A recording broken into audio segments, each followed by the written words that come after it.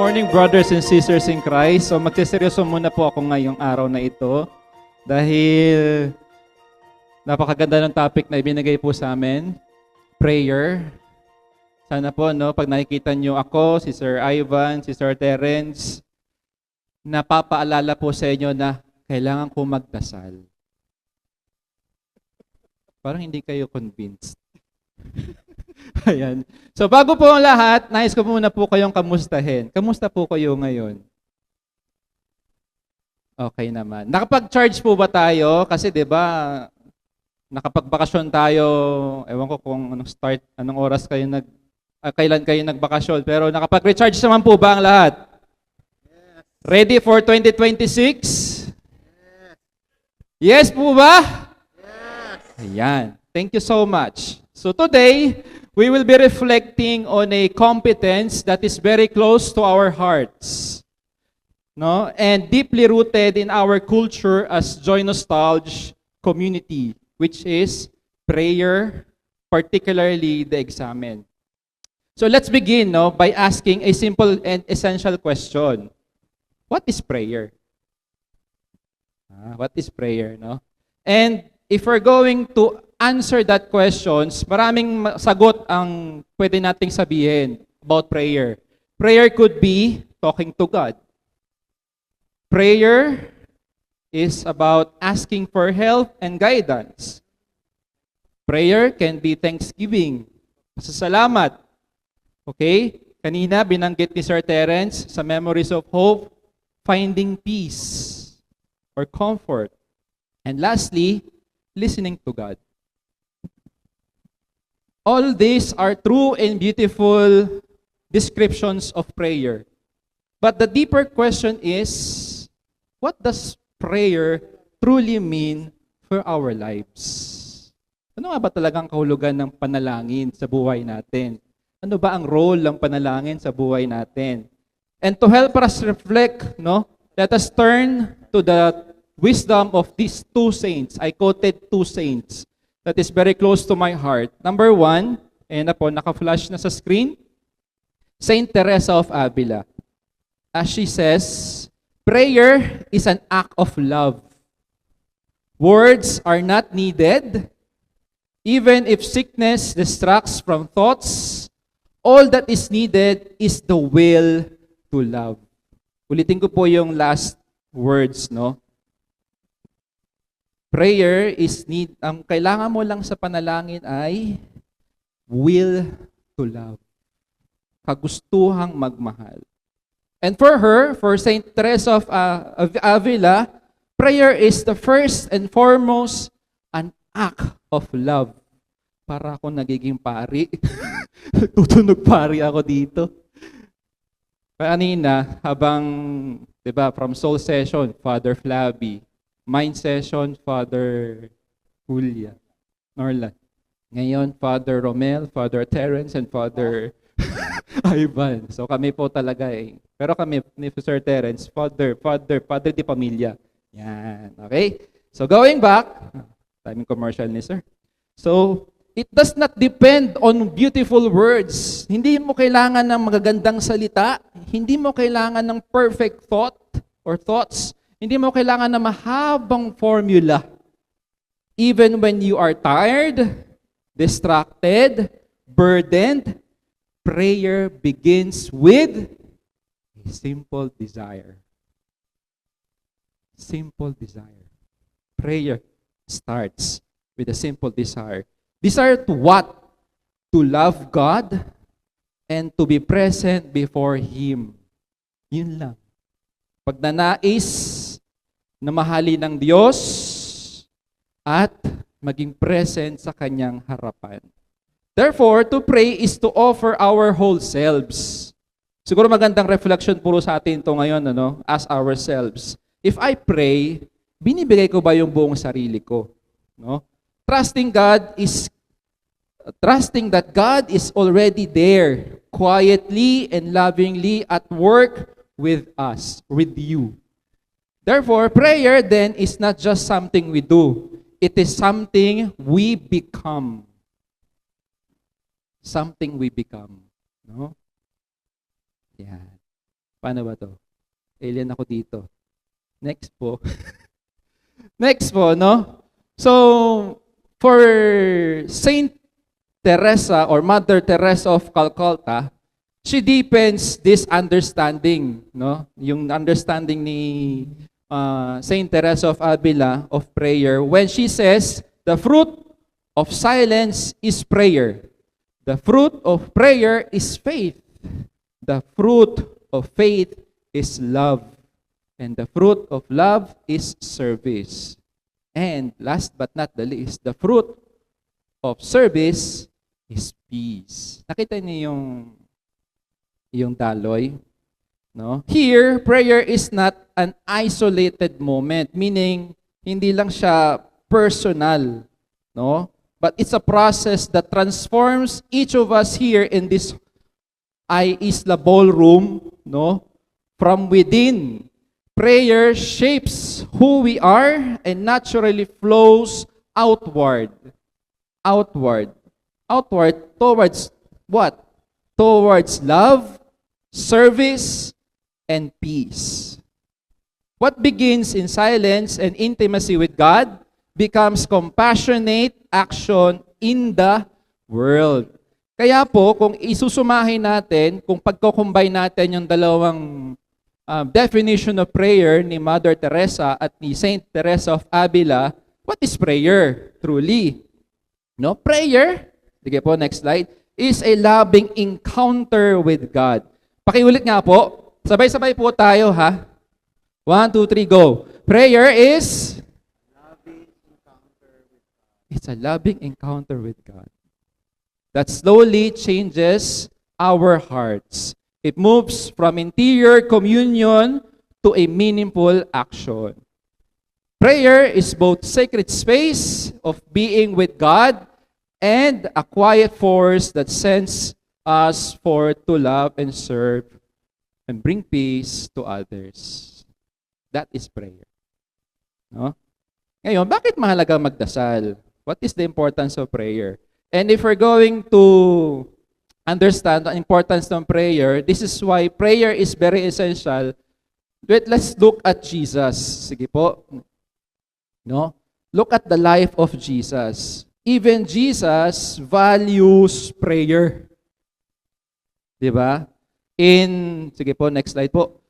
After he had sent, sige po, next pa po ulit. After he had sent the crowds, it is in Matthew chapter 4, 14:23. After he had sent the crowds away, he went up on the mountain by himself and prayed. This is after he feeds the 5,000 men. It resonates in Mark chapter 1. Sige po, next. No? In the early morning, while it was still dark, Jesus got up, left the house, went away to secluded place and prayed there. Ito naman, bago niya simulan yung kanyang preaching and healing. And also in Luke chapter 5, verse 16, Jesus himself would often slip away to the wilderness and pray. So see, kahit si Jesus, pinahahalagahan ang prayer. In which, I think, in this, we were, as Joinas Church community, are invited, no, to reflect. For us, sige po, next slide, prayer is not an extra. Ibig sabihin, sisingit mo sa kabisihan ng buhay mo, sisingit mo yung prayer. No? But prayer is the source of our clarity, our strength, and our mission. For us to do our mission as Joy Nostalgia, which is to home the homeless, power the powerless, love the loveless, we need to pray. We need to encounter God. Kailangan natin makipagtagpo sa Diyos. Maganda yung Tagalog ng encounter, pakikipagtagpo sa Diyos. Pag sinayong pakikipagtagpo, it's very personal. Parang tao sa tao. Para ka nakikipag-usap sa nanay mo, sa kaibigan mo, sa mga mahal mo sa buhay. No? This is why, in Joy Nostalgia, no, intentionally, we integrate prayer into our culture through Ignatian spirituality. primarily through the examen. Okay? So the examen teaches us to pause, to reflect, and to notice God's presence in our daily work or daily life. So to help us deepen this reflection and understand how prayer, particularly the Ignatian examen, is lived and practiced in our Joy Nostalgia culture, may I call now Mr. Terence Ang. Salamat, Romel, no? Palakpakan naman natin si Romel. Diba? Salamat. Sige, next slide, please. I think marami tayong napupulot the last few years. No? If you remember, for those who were here sa Culture Day natin last January, si Ate Eda, no? Eda Castillo was going through with us the examen process. Siguro, let's not be shy. Sino nakakaalala pa yung Culture Day na yun, last January? Diba? Pinag-usapan natin yung examen. Sige lang, huwag kayong matakot. Pakitaas na yung kamay. Thank you, Sir June. Okay. Maraming hindi na nakakaalala. Pero that was a very important, personally, a very important body session for me. Kasi since the time we did the Ignatian examen with Ate Eda last January, we have done the examen several times as a Joy Nostalgia community. We've done it a couple of times during Yellow Table. We've done it during our special activities like Prayer Day, among others. And I think more and more, what we want to say is, because we are a spiritually centered organization, a spiritually centered Joy Nostalgia family, we want to say that examen, as a very concrete form of prayer, is something that every Joy Nostalgia person knows. So since that experience in January 2025, we have been able to kind of adapt, appropriate the examen so that it's something that becomes more accessible to all of us. So let's go to the next slide. Next slide, please. Yung daily examen, ito isang, sasabihin na natin, isang secret weapon ni San Ignacio de Loyola. Ang sinasabi nga ni San Ignacio sa mga bahagi ng Ignatian family or mga Jesuita na kasama niya, kalimutan mo na lahat ng iba't ibang uring dasal, basta wag lang yung examen. Yan ang sabi ni San Ignacio, kalimutan mo lahat ng iba-ibang mga devotion mo, wag lang yung examen. Bakit kaya niya sinasabi yun? Tatlong bagay. And maybe you could repeat after me. The first point is this. For St. Ignatius, the examen is important because it reminds the person that God is always present. Or maybe for us, can you repeat after me? God is present. Thank you. Very attentive. The second reason why the examen is very important, it helps the person remind himself that God invites each one to a relationship. So maybe for us, maybe you can repeat after me. God invites me to a relationship. Thank you. And finally, for St. Ignatius, the examen is very important because ultimately, when you're in touch with God, when you have a relationship with God, you realize that all the time, God invites you to service. So can you repeat after me? God invites me to service. Next slide, please. So, for St. Ignatius, there are three core principles in the examen that I'd like us to highlight. Very briefly lang po. Next slide. That's the first point we had said a while ago. We believe in faith. Kahit nandito tayo sa Culture Day, o nandun tayo pa uwi, commuting, o nagda-drive tayo, o kaharap natin mga challenges, or masayang-masaya tayo, kahit ano pa man ang nangyayari sa atin, naroon ang Diyos. At dahil naroon ang Diyos, He invites us to experience Him and to be very aware of His presence. Because for St. Ignatius, every moment, no matter how positive or negative, it's an opportunity for the sacred, an opportunity to encounter the Lord. That is why we said a while ago, God is present. Next slide. For St. Ignatius, it's very important that there's a personal relationship. Kaninang umaga, in-invite tayo ni Ivan mag-examen. Naalala nyo ba sa isang parte ng examen, sinabi ni Ivan, talk to Jesus as you would a friend. Those lines are actually translated directly from St. Ignatius because in the examen, we are all invited to talk to Jesus as we would our best friend, as we would someone we talk to every day. And that's why for Ignatian spirituality, feelings are very important. And for those who have been experiencing the examen over the past year since last January, lagi namin paulit-ulit. Pansinin mo, ano kaya yung dominant feeling sa puso mo ngayon? Kung ano man yung dominant feeling sa puso mo ngayon, dalhin mo sa Diyos. Sabihin mo sa Kanya, gaano ka kagalit, gaano ka kalungkot, gaano ka katuwa, gaano ka ka-excited. Kasi pwede mong pag-usapan yan sa Diyos. And for St. Ignatius, that's very important in relationship building. Last slide. For St. Ignatius, ultimately, encountering the Lord is an invitation to action, to love and service. Naririnig natin madalas, di ba? Love ought to manifest itself not just in words, but more importantly, in deeds, in action. That's actually from St. Ignatius as well. And ultimately, the more time we spend with the Lord in prayer, it cannot be helped. We are moved also, we are invited to find Him not just in our own personal life, but also to find Him in opportunities to serve, in opportunities to love more, to love greater. Okay? So, ito, yung ginagawa natin kanina, in-introduce ni Romel, why is prayer important? And right now, I'm discussing the examen, no? Why is it important? But this is a body session. Ultimately, sana it's something we get to practice. So right now, I'd like to invite the third person in our trio, si Ivan. He's going to walk through again the examen, similar to what we did this morning. But this time, I want us to be very aware that this is something na bawat isa sa atin can do anytime. Anytime.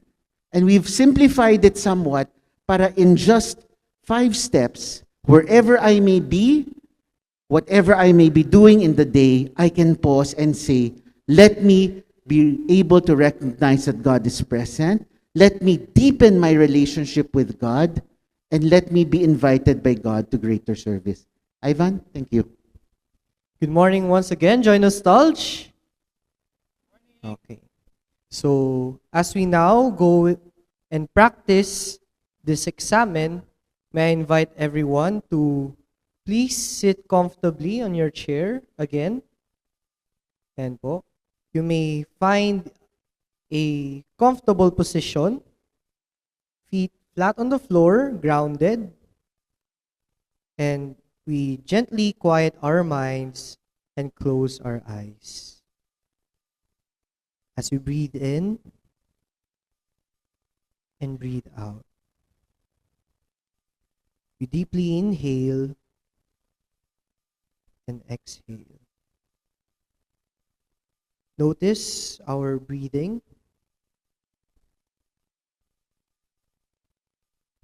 And we notice how God is present here with us.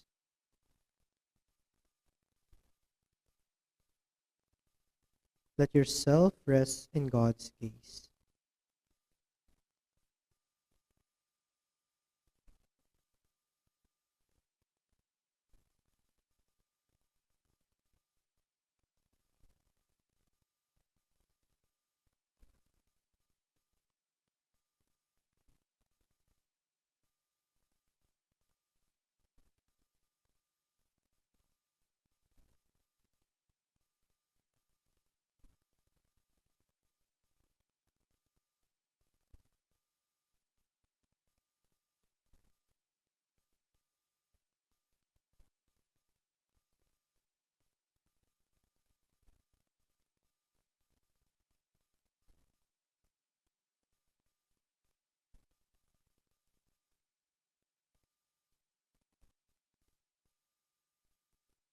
Now, let us recall the graces and blessings we have received, and we thank God for it.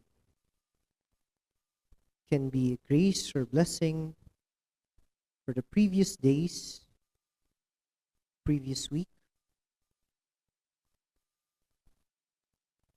You may remember them one by one.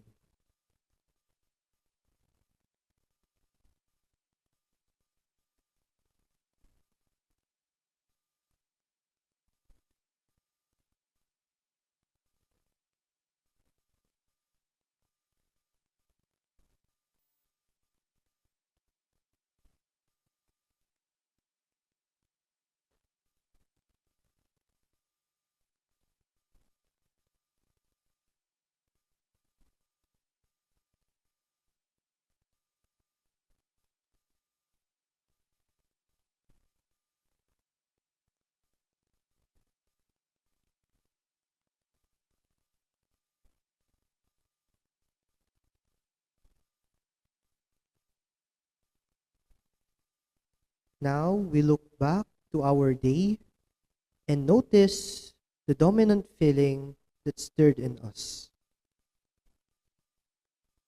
We name the feeling and we stay with this feeling and spend time with it.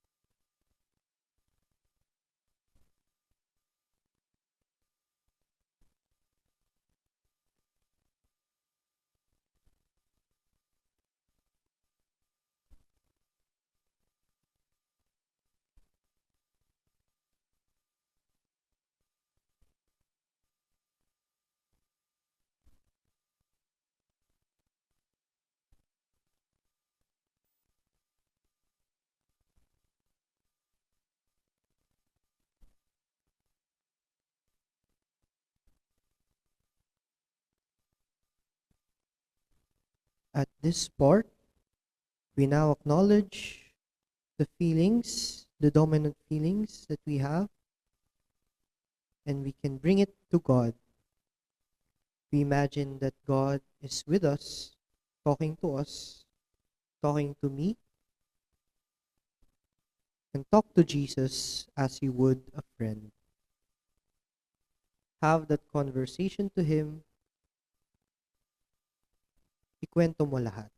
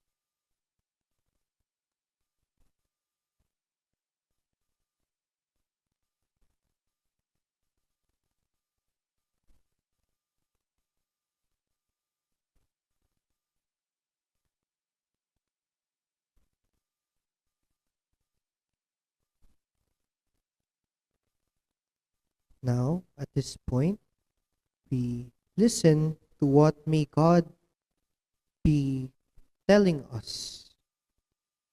What is His invitation for us? Ano ba yung nais niya para sa atin? Ang aking gagawin para sa mga susunod na araw, na oras.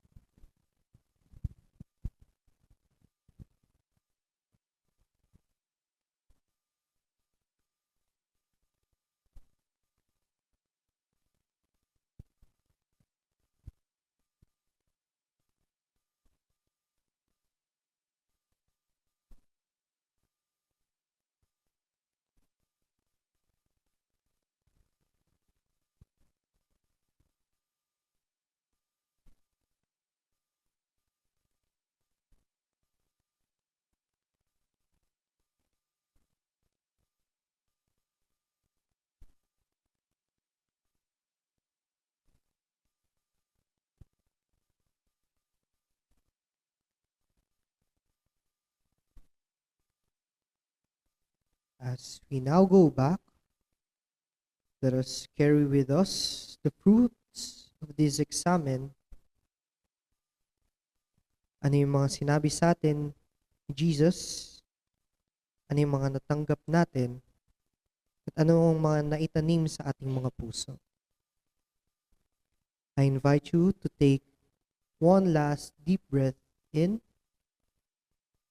and deep breath out. And when you're ready, you may gently open your eyes.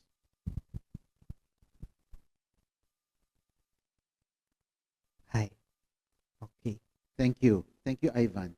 Maybe since we're still in a very prayerful mode, can you give yourself very gentle lang round of applause? Thank you.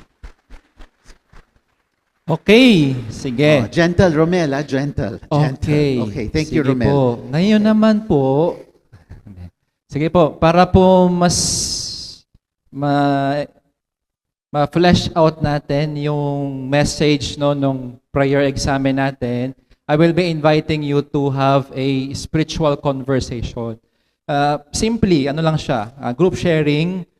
So kayo ay nasa mga paper tables po ninyo. Sige po, yung slide po. May questions po tayong isi-share or sasagutin.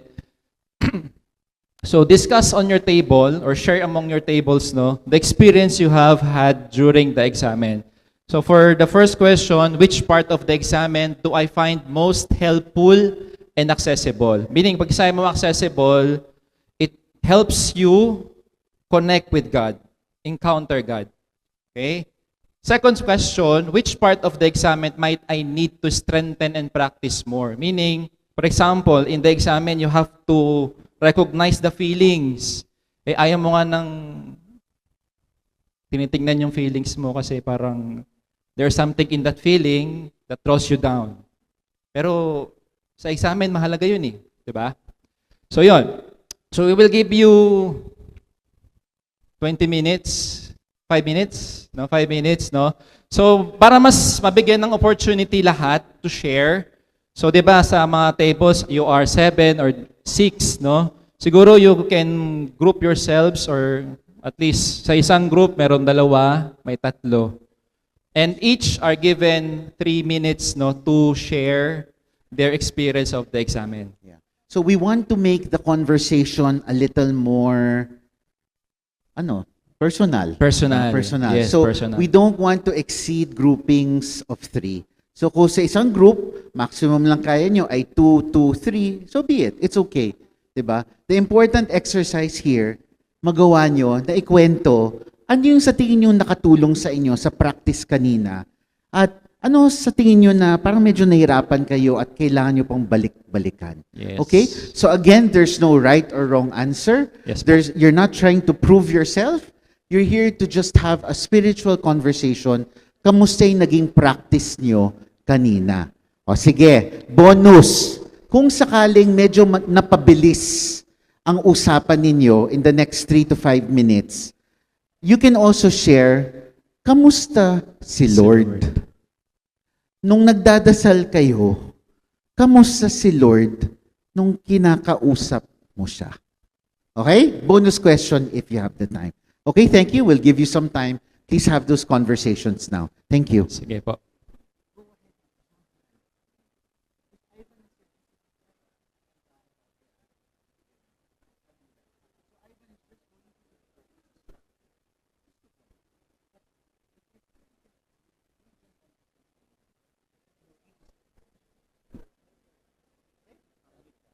Sige, ma'am. Would you like to share? Whether for yourself or what you heard? Sige, you'd like to share saan ka medyo na-challenge kanina sa prayer. O sige, thank you. Thank you. What's your name? Alem po. Allen. Sige, from what unit or group are you? PDU. From PDU. Okay, sige, Allen from PDU. So kanina po during examen, ang medyo challenging na part para sa akin is yung mag-maintain ng focus or i-ano yung distractions since medyo marami pong tumatakbo sa isip. Parang yung pagbibigay, yung ifo-focus ko solely yung isip ko sa pakikipag-usap kay God, yun yung medyo naging challenging para sa akin. Okay. Thank you, Allen. So, palakpakan natin si Allen. Thank you, Allen. That's very practical, no? Na minsan, mahirap na isantabi ko muna yung mga concerns na iniisip ko. Ang pwede nga sabihin ni San Ignacio sa iyo hindi, Allen, dalhin mo yan. Dalhin mo yung mga concerns tsaka iniisip mo na concerns, dalhin mo yan sa dasal at yan yung pwede mong pag-usapan with Jesus as you would a friend. So kung yung concern mo, halimbawa, yung boss mo, at siya yung nagdi-distract sa'yo, pwede mo dalhin yung boss mo at pag-usapan siya kasama si Jesus. Lord, ano kaya ang pinaka-loving o pinaka-gusto mong response ko sa challenge ko na siyang boss ko? Yan ang sasabihin ni San Ignacio. Okay ba yon, Allen? Thank you, Allen. Romel, how about you there? Wala pa sir nag-volunteer, mga nagyuyukuan, pero sila kanina sir sa Zaya table, yung team nila, team head lumabas, no? Pero hanap ako dito. O sige, balik ako dito. Pupunta ako dito sa mesa na creativity. Hello po. Hi naman kayo. Hello. Hi. Would any of you like to share anything that you felt medyo hiyang sa inyo kanina sa examen or medyo na-challenge kayo? Sige, walang gustong tumingin sa akin. Ma'am, ikaw na lang po. Ma'am, anong pong pangalan ninyo? Ma'am. Jo. Ma'am, anong unit or group po ninyo, Miss Jo? LMU po. Sa LOG. Ma'am, anything from the practice a while ago of the examen that you felt was helpful or medyo nahirapan ka? Would you like to share? Helpful, even though maraming tao, parang feeling ko, I was able to concentrate. Yan. My eyes. So helpful for you physically that even though we were in a group of several hundred people, because we all decided to pray together, and when you close your eyes, you were able to pray. Tama po ba? Okay. Anything else that you feel you want to share that from your experience? Sige. Anyone else from the creativity table? Miss, sige. Pinaprod si Jessa. Sige. Pinipilit siya ng mga table mates niya. I-share mo daw yon. O sige, Jessa. Ito po yung mic, Jessa. So, Jessa, ito ba yung nakatulong o medyo challenging, Jessa? Sir, during dun sa examen po, dun sa part na sinabi ni Sir Ivan, na parang yung binigyan tayo ng time to thank God. Kasi yung sa akin po, minsan, di ba pag sobrang na-overwhelm ka dun sa mga blessing na natatanggap mo, parang nakakalimutan mo na magpasalamat agad kay Lord. So, yan. Kanina dun sa pagpikit ko ng mata, dan yung sinabi ni Sir Ivan na gano'n na to thank God, ayan, sobrang dami mong kong naipagpasalamat dun sa mga bagay na nangyari sa araw-araw. Thank you. Pwede ba natin palakpakan yung creativity table? Yes, palapakan Yeah. natin. Sir, meron ako nahugot dito. Teka lang, Romel, bago mawala yung insight, nasaan ba si Romel? Andito sir, sa likod na ako Ayan. napunta. Romel, yung sinabi ni Jessa, alam mo ang ganda ng insight na yun. Exactly. Ang sinasabi niya, ang dami-dami kasi natin minsan natatanggap na grasya at biyaya. Pero because we don't stop Yes. and name it, hindi natin na re-relish. Hindi natin nalalasap. So kumbaga, kahit alam natin sa utak natin, ang dami natin blessing, pero hindi tayo nakaka-stop and relish at nagpapasalamat. Kumbaga, hindi natin na ma-maximize yung grasya. Grasya. So, okay yan. Salamat, Jessa. Sige, Romel. Ayan po, so may nahugot po ako from the table of family. So let's recognize Matthew. Palapakan naman po natin to share his, alin po doon, nakatulong po ba o ano po yung most accessible or need for strengthening? Sige, brother. Tayo ka. Hello. I guess helpful is napansin ko you can do this examen anywhere. You know, nasa FX ako, pa-commute, pa-uwi or papunta, sa MRT, sa bus, or kung pagod na pagod ako talaga, Grab. Or sa bahay ko lang. And I found that it's very accessible, very simple to do, but also very meaningful because you put a name to your emotions and to your understanding. Thank you po. Thank you so much, Matthew. Siguro, sir, yung magandang sinabi ni brother, no, yung idea na yung examen can be done anywhere. No? Hindi mo kailangan hindi mo kailangan pumunta ng simbahan para magdasal. Kailangan mo lang umupo, manahimik, sandali, kausapin ng Diyos. And second, I think this is very important, no, in the examen, recognizing our emotions. Sometimes our emotions, no, parang hindi natin ni-recognize, hindi natin pinapangalanan. Dahil doon, no, it passed by. Hindi natin na-recognize dahil diyan nagpa-pass by. Hindi natin naririnig kung ano nga ba talaga ang gusto ng Diyos para sa atin. Yun. Alright? Ano, Romel, one more kaya from that side? Kasi medyo... Puro on dito this side, na. no? Oo nga eh. Kahit one more siguro, one table. And then we'll do a synthesis na in the closing. Mhm. Parang naririnig ko si Sir Albert dito eh. O sige. Sir Albert, pwede ka ba mag-share? Nahuli ako. Nahuli ako ni Romel. Sabi ko sa mga ka-teammates ko dito sa table, Optima Gigis. This is one of the best culture day, Romel. Kasi nung nag-retreat ako sa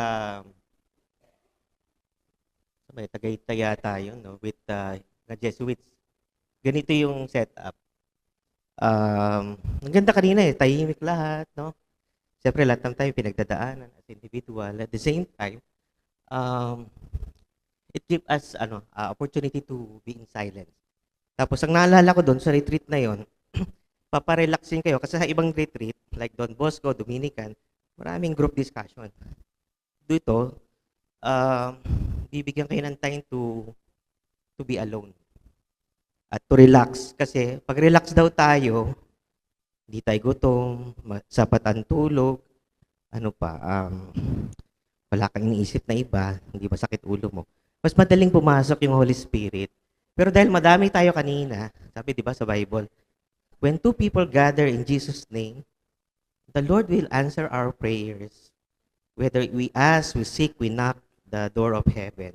So it was a beautiful experience, Romel. Thank you. Thank you, Albert. Thank you, Sir Albert. Yeah. Pagpaka naman natin si Sir Albert. Yeah. Romel, Sa kanya. so medyo excited ako kasi sa mga susunod na oras or araw, Yes. diba, isi-share lang natin yung guide Opo. na ginawa ni Ivan kanina sa mga Viber group natin. Mhm. Para tulad ng sabi kanina, anywhere you are, anywhere you may be, stop, 10 minutes lang, you can spend time with the Lord. Diba, Romel? Yes, sir. Tama po yan. And before, siguro, sir, I just want to highlight yung shinare ni Sir Albert, yung silence, no? Most of the time, we are afraid to be quiet, to be silent. I don't know why. Di ba, sir? Ikaw, sir, pagka ba nag-examine ka, siguro, maybe part of being afraid of the silence is, well, pasensya na, I'll introduce a word that we all know naman. Kasi in being silent, medyo you have to be vulnerable, di ba? Yes. Kasi in silence, wala kang ibang kaharap, kundi sarili mo at ang Diyos eh. Correct. So, minsan pag ganyan, mas mahirap harapin yung feelings. Eh, yan yung pag-uusapan mo with the Lord eh. Totoo. So, hindi always komportable to be in that space. Yes. But what we're saying is, what Saint Ignatius is saying is, come to Jesus because He's there for you as a friend. He does not judge. He welcomes you as you are. Lay it before Him. Correct, sir. I agree with you, sir. Kasi when I experienced yung 5-day retreat, yung silent retreat, and one of those, when I met my spiritual director, he said to me, nalaman niya na hindi ako nagpe-pray. Kasi he gave me a material to pray over, to being quiet, and he just said me, you're just rationalizing things. You're not praying. So therefore, I come to realize na, oo nga. Kasi, when you are in silence, tama yung sinabi mo, sir, you will be vulnerable kasi talagang haharapin mo kung sino ka. No? Haharapin mo kung sino ka at yung bahagi ng pagiging sino ka, yung emosyon mo, problema mo na naiwan sa bahay, problema mo na naiwan sa trabaho, dala-dala mo yun. Haharapin mo yun. And you will realize in that moment, you will say that in this dialogue, in this encounter, God is really present. So, we're going to do the exercise again. But before we do that, I'd like to introduce another term. It's called Ignatian repetition. Very simple, hindi siya highfalutin, hindi siya complicated. Para sa Ignatian repetition, simple lang naman. Parang ganito. Di ba pag may kachat kang kaibigan, lalo na pag matalik na kaibigan, kahit na 2 araw kayo hindi nag-usap, pag nagkita uli kayo, parang hindi kayo nawalay ng matagal. May ganun kayong karanasan? Oo, tumatango ang marami, di ba? Minsan pag may kausap tayong matalik na kaibigan, kahit na 1 linggo ang lumipas na hindi natin kausap, pag nagkita uli kayo, parang patuloy lang. Parang patuloy lang last week, yung pinag-uusapan natin. Parang ganon ng Ignatian repetition. Minsan, sa loob ng 1 araw, may encounter mo si Lord multiple times. Every time you encounter the Lord multiple times, hindi mo naman sasabihin tulad sa kaibigan mo, "Hi, ako po si Terence. Magandang hapon po." Hindi. Magpapatuloy lang kayo kung saan kayo nag-leave off the last time. Parang yung kasama nyo rin sa trabaho. Nagsimula kayo sa umaga, nagpatuloy sa hapon, nagtapos sa gabi. Hindi naman each time na nagkita kayo, "Ay, ako nga pala si Terence, no? Mag-meeting tayo, ito'y bahagi ng meeting kanina." Hindi. Diba tuloy-tuloy lang, daluyan lang. Parang grasya, parang conversation, parang tunay na relationship. So right now, Ivan will go through the examine exercise again. You will notice that he has a structure. But in the spirit of Ignatian repetition, you don't have to wait. Teka, gumaganon ako, wala si Ivan. You don't have to wait for Ivan to go to the next step. Why? Because ultimately, this is between you and God. It's between you having a conversation with our Lord. And you don't need to wait for Ivan for you to go to the next step. Because the Lord is in front of you, having that conversation with you, to whom you are sharing your concerns, your feelings, to whom the Lord is talking to you about specific invitations to respond to the realities of your life. Okay ba tayo doon? Sige. Kung okay tayo, thumbs up. Okay, good. So at least 1/3, 1/2 of the group, okay?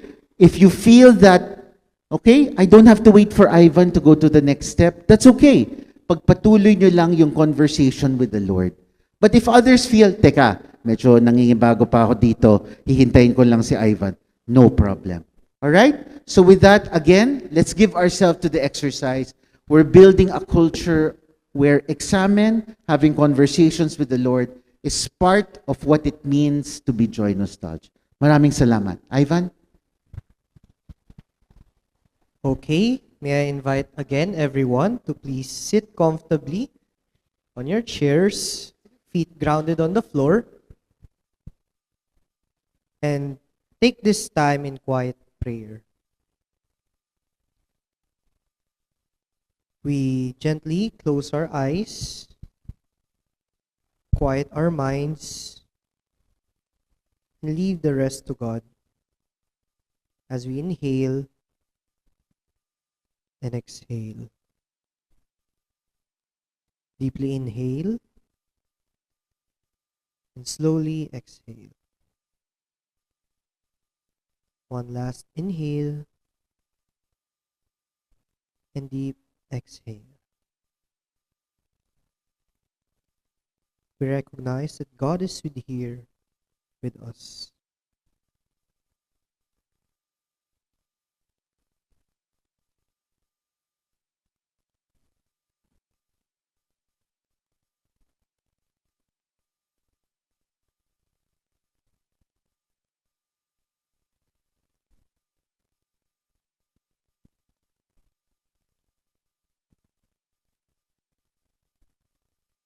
We now recall again the graces and blessings. Can be something that we have said a while ago, or continue yung mga graces and blessings na na-receive natin.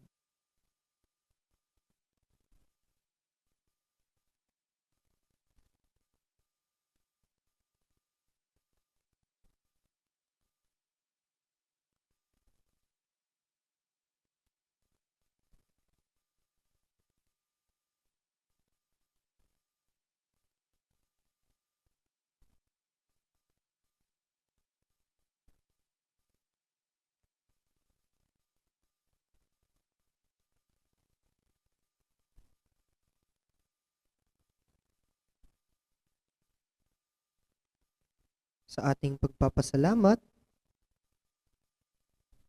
let us take this time to notice the most dominant feeling that we have with us. We pay close attention and spend some time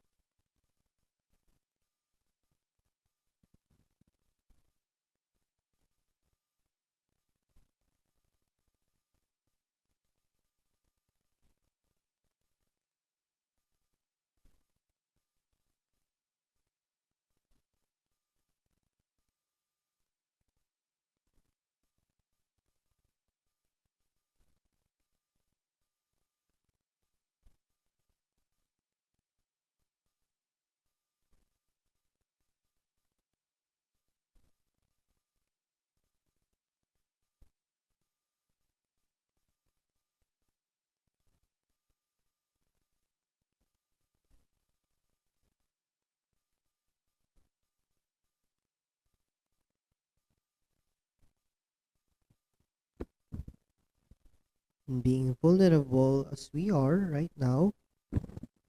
Let us imagine talking to God.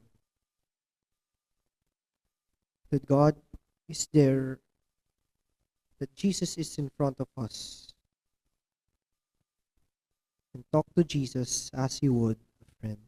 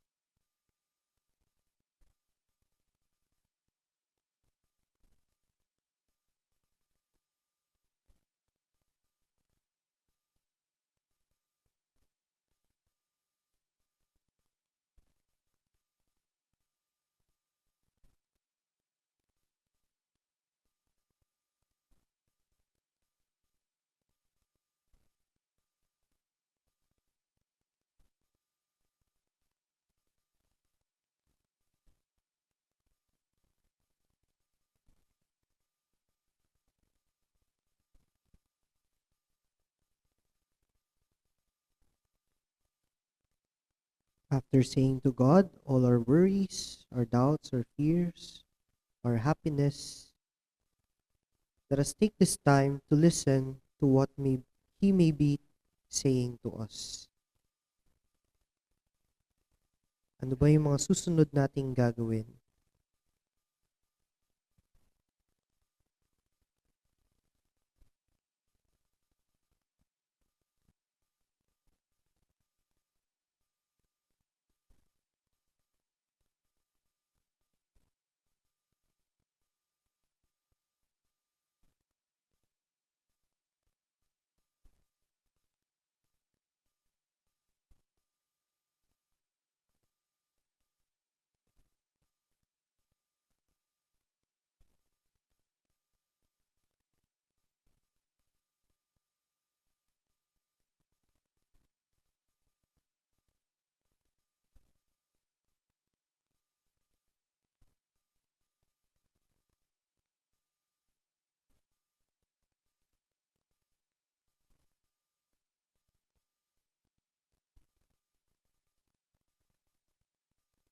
As we move forward, let us carry with us the fruits of this examen. We slowly go back to our awareness here in the room as we take one last deep breath in and deep breath out. And carry with us the fruit of this examen. If you're ready, you may gently open your eyes.